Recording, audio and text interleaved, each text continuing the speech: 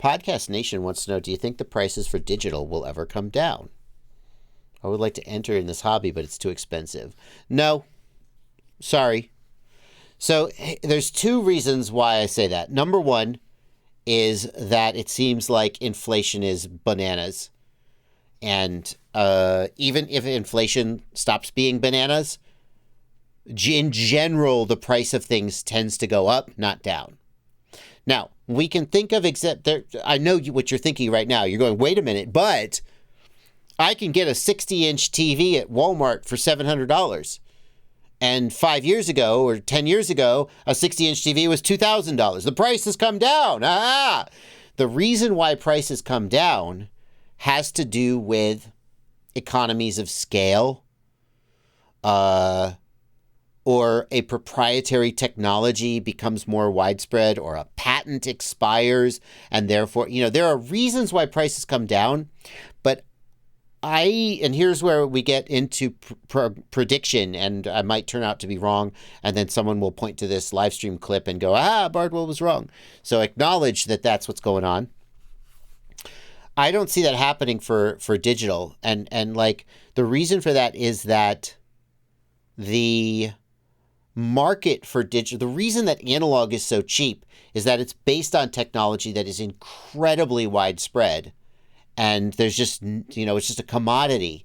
The chipset that does analog video encoding and decoding is practically a commodity. It's been around for decades. It's used all over the world. NTSC and PAL analog video, it's the same no matter where you go.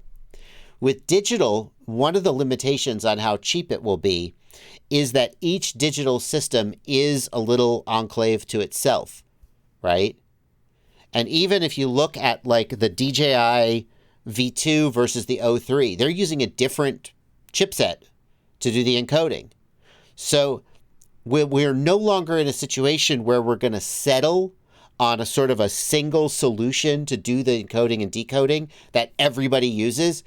So digital will never hit the economy of scale that analog hit because of its sort of balkanization, if you will. And digital will always be sort of advancing, at least for the foreseeable future. Every 2 years, there's going to be this new system that uses different technology. And it's always going to be this cutting edge thing. Whereas analog, by the time FPV pilots started using analog, it was like at the end of its life, right?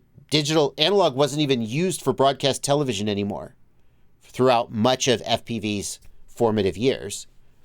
But I don't think digital is ever, if ever, not soon, going to hit this sort of area where it's sort of, you've got this old technology that's just sitting around and nobody's developing. There's only going to be this new thing around the corner, at least for the foreseeable future. So I don't see digital getting cheaper. I just don't see it. Some of the digital systems like HD0, I'm surprised at their economy of scale. I'm surprised they're profitable. I'm told that they are, and that I should. There have been times in the past where I've said, I bet they might be selling HD0 at a loss. And people came to me and said, that's not true. That's definitely not true. Okay, I believe you. But like, I'm surprised that some digital systems are profitable today. And so I don't see them suddenly getting... The other thing is, and here's the last thing. Why would DJI make their system any cheaper? What competition is going to drive their prices down? So then Walksnail comes along and they've got their system and they price it basically the same as DJI. Is that because their cost is basically the same and so they're shooting for the same profit margin? Probably not. Walksnail's cost, I think Walksnail's cost has to be higher than DJI's cost, if only because Walksnail is a smaller company with a smaller user base. Therefore, I would expect that they didn't have access to economies of scale like DJI does. And therefore, I would guess that Walksnail's margin is actually lower than DJI's. But again, I don't know if that's true. But I would certainly be shocked if Walksnail had lower costs than DJI. But regardless, they price it about the same. So when will there be enough digital FPV systems that someone decides to compete on price?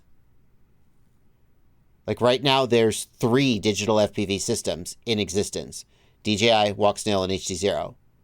None of them are willing to compete on price because they have other things to compete on.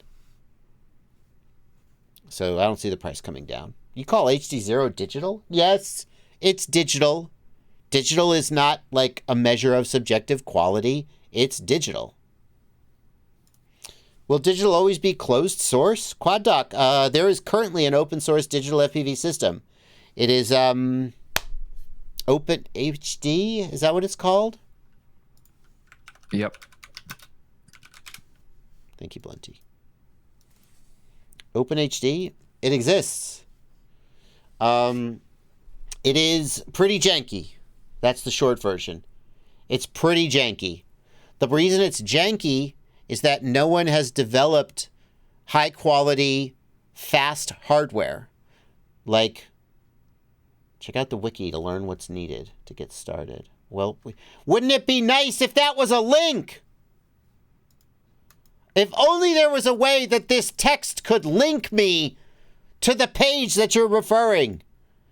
Instead, I have to go search for it. When will this technology be created?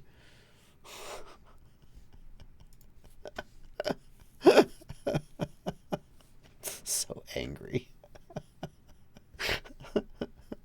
And sarcastic. Hardware. Welcome to OpenHD. Okay, documentation. Yes.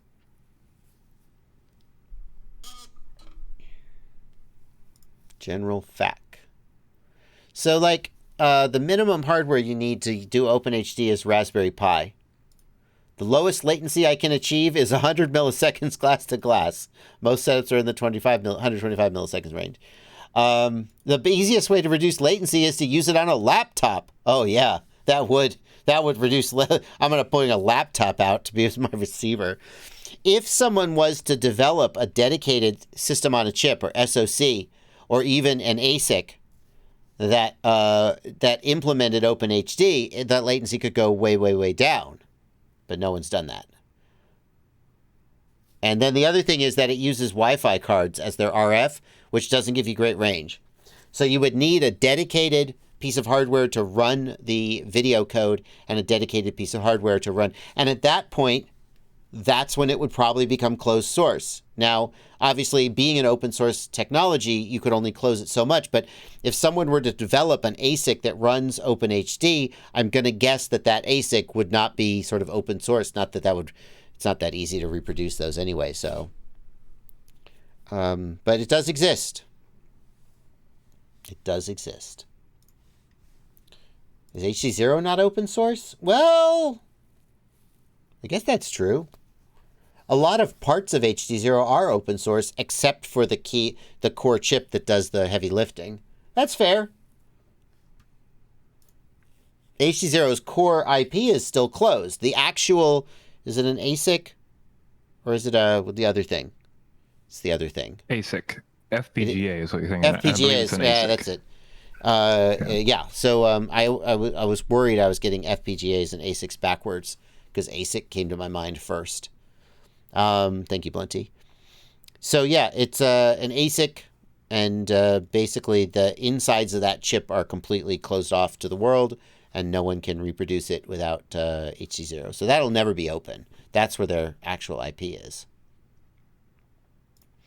What is it that digital companies have to compete with to be the best? I mean, at the end of the day, the same thing any other video system has to compete with. Image quality, resolution, range, size, and power consumption of the video transmitter. All of the same things that they always have to compete with.